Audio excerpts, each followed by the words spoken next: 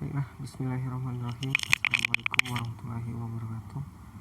Sini nama saya Rahmat Imam dari Pendidikan Biologi 2 2016 akan mempresentasikan materi tentang jaringan pelindung atau jaringan epidermis dari MK Struktur Pengembangan Tumbuhan 2 dengan dosen pengampu Ibu Halida Ulfa MPD.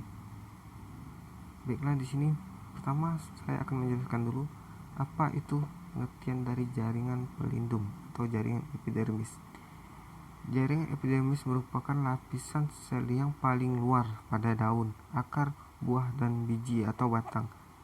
Epidermis ini biasanya terdiri dari atas deretan sel tunggal yang menutupi dan melindungi semua bagian tumbuhan yang masih muda. Fungsi utama jaringan epidermis adalah untuk sebagai pelindung. Namun sel epidermis seringkali memiliki ciri dan fungsi khusus yang berkaitan dengan fungsi utama organ yang ditutupi. Nah, di sini terdapat gambar jaringan epidermis pada akar, daun, batang, dan buah. Nah, baiklah, di sini saya akan menjelaskan tentang ciri-ciri dari fungsi dari jaringan epidermis. Pada permukaan atas daun, dinding luar epidermis ada yang terbentuk lapisan tebal yang disebut lapisan kutikula, misalnya daun keladi dan daun pisang. Jaringan pelindung memiliki ciri yaitu sebagai berikut. Yang pertama, tersusun dari sel hidup.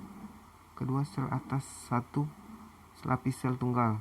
Ketiga, beragam bentuk, ukuran, dan susunannya, tetapi biasanya tersusun rapat, tidak ada ruang antar sel.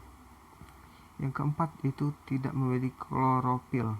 Dan yang terakhir yaitu dinding sel jaringan epidermis bagian luar yang berbatasan dengan udara mengalami penebalan, sedangkan dinding sel jaringan epidermis bagian dalam yang berbatasan dengan jaringan lain, dindingnya selnya tetap tipis.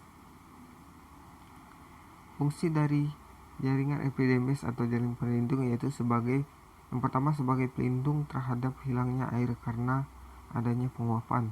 Yang kedua sebagai pelindung terhadap kerusakan mekanik. Tiga, sebagai pelindung terhadap perubahan temperatur. Dan yang keempat sebagai pelindung terhadap hilangannya zat-zat makanan. Struktur jaringan epidermis sebagai jaringan yang berfungsi sebagai pelindung mempunyai jaringan morfologi dan anatomi yang kokoh. Jaringan epidermis terhitung kokoh karena tersusun dari sel yang rapat satu sama lain.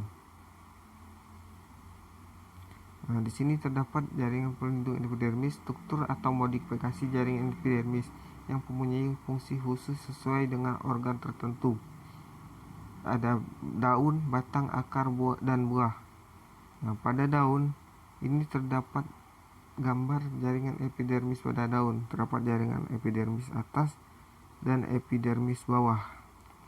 Jaringan epidermis pada daun merupakan lapisan terluar daun. Ada epidermis atas dan bawah. Pada permukaan daun bagian bawah biasanya ditemukan bentuk modifikasi dari sel epidermis, yaitu berupa sel penutup pada stomata. Stomata atau mulut daun merupakan lubang kecil atau pori-pori yang diapit oleh dua sel penjaga. Dengan cara mengubah bentuknya, sel penutup dapat mengatur pelebaran dan menyempitkan celah. Ketika stomata terbuka, terjadi pertukaran gas.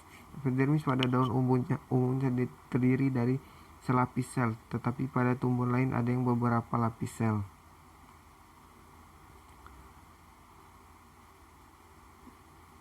Yang kedua, jaringan epidermis pada batang. Struktur jaringan epidermis pada batang ini terdapat batang dikotil dan monokotil. Pada batang dikotil terdiri atas lapis sel yang tersusun rapat, tidak mempunyai ruang antar sel.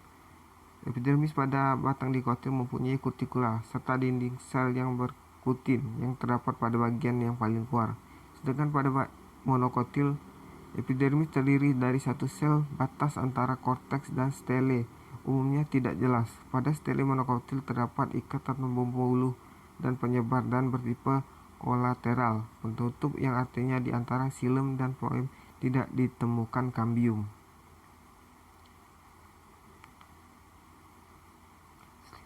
Selanjutnya itu jaringan epidermis pada akar.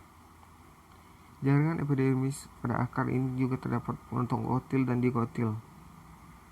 Epidermis pada akar dan bulu akar. Epidermis terdiri dari sel yang rapat tanpa ruang antar sel, berdinding tipis memanjang sejajar sumbu akar.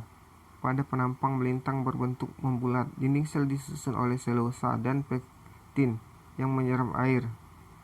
Bila epidermis terkupas waktu akan menua, dinding sel akan mengalami penebalan dengan kutin dan suberin. Penyebaran terjadi pada bagian ujung akar.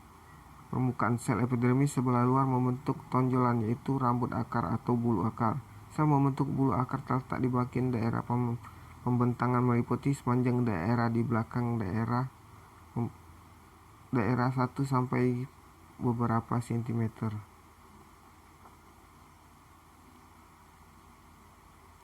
Selanjutnya, epidermis pada buah atau sayuran yang berbentuk buah biasanya dibentuk oleh sel yang sangat kecil sehingga menyerupai dinding sel tebal yang kompak tanpa ruang antar sel, kecuali pada bagian stomata dan inti sel pada buah tomat. Varietas terhadap rekanan mempunyai sel epidermis berbentuk akar, sementara pada varietas yang mudah mengalami keretakan kulit, sel epidermis berbentuk bundar. Selanjutnya ada derivat epidermis, yaitu suatu bangunan atau alat tambahan pada epidermis yang berasal dari epidermis tapi memiliki struktur dan fungsi yang berlainan dengan epidermis itu. Derivat epidermis ini terdapat beberapa bagian: sel silika atau sel gabus, sel kipas, litosit, sel mirosin, sel penutup, dan trikoma. Yang pertama ada sel silika dan sel gabus yang pada beberapa organisme dan tumbuhan digotil tertentu terdapat sel epidermis seperti serat. Pada gramiane terdapat sel epidermis batang, ada yang panjang dan ada dua tipe sel pendek, yaitu sel silika dan sel gabus. Selanjutnya ada sel kipas. Pada epidermis dan graminase dan monokotil lainnya terdapat sel kipas. Sel ini lebih besar daripada sel epidermis biasanya, mempunyai dinding tipis dan vakuola besar. Selanjutnya ada litosit, yaitu sel yang dindingnya mengalami penebalan secara sentipetal. Penebalan ini mengandung pektin, selulosa, dan kalsium karbonat. Penebalan ini disebut sitosit, yang dijumpai misalnya sitosit pada sel epidermis atas daun karet atau Ficus elastica. Yang keempat ada sel mirosin. Sel mirosin seringkali terdapat di dalam epidermis. Sel ini merupakan sel kelenjar yang besar berisi enzim mirosin, berwarna merah dengan plasmodium, serta berwarna violet dengan larutan orosin HCl pekat.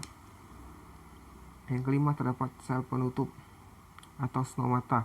Pada epidermis terdapat lubang kecil atau celah yang berwarna hijau dan dibatasi oleh sel khusus yang disebut dengan sel penutup, yang dikelilingi oleh sel-sel yang bentuknya sama atau berbeda dengan sel epidermis lainnya yang disebut sel tetangga, yang berperan dalam perubahan osmotik dan menyebabkan sel penutup untuk mengalir lebar celah. Sel penutup ini dapat terletak sama tinggi di permukaan epidermis yang disebut parvenor atau lebih rendah yang dari permukaan epidermis. Dan yang keenam itu terdapat trikoma. Pada epidermis sering terdapat alat tambahan baik yang unisel maupun multisel yang disebut trikoma, yang mempunyai struktur yang lebih padat seperti tonjolan, struktur kelenjar dan duri yang terdiri atas sel epidermis atau jaringan subepidermis yang disebut emergensi. Sel trikoma adalah yang mempunyai dinding sekunder dan kadang-kadang berliginin. Selanjutnya yaitu sel gabus atau jaringan. Selanjutnya ada jaringan gabus. Jaringan gabus ini mempunyai pengertian sebagai kelompok meristem sekunder yang terbentuk dari sel parenkim korteks bagian luar batang. Macam-macam jaringan gabus. Jaringan gabus ini dibedakan menjadi 3. Yang pertama eksodermis, endodermis, dan peridermis atau kulit gabus. Jaringan epidermis gabus terdiri atas 3 bagian dalam tumbuhan sehingga berfungsi pembatas antara jaringan di dalam tumbuhan. Jaringan ini terletak di luar menggabungkan suberin pengganti epidermis. Yang kedua, endodermis. Jaringan endodermis yang masih muda, dinding seluasanya terdiri atas seluasa dan bersifat elastis. Yang ketiga, periderm atau kulit gabus. Periderm itu merupakan gamium gabus yang merupakan lapisan sel yang meristematis. 3. Ada ciri-ciri jaringan gabus, yaitu tersusun atas sel hidup kemudian mati. Yang kedua, susunan selnya rapat. Yang ketiga, dinding sel mengalami penebalan oleh zat suberin. Dan yang terakhir, ada fungsi jaringan gabus, yaitu untuk menggantikan epidermis sebagai pelindung, mencegah penguapan, dan yang kedua mencegah penguapan, dan yang terakhir itu melindungi dari kerusakan mekanisme dan infeksi patogen.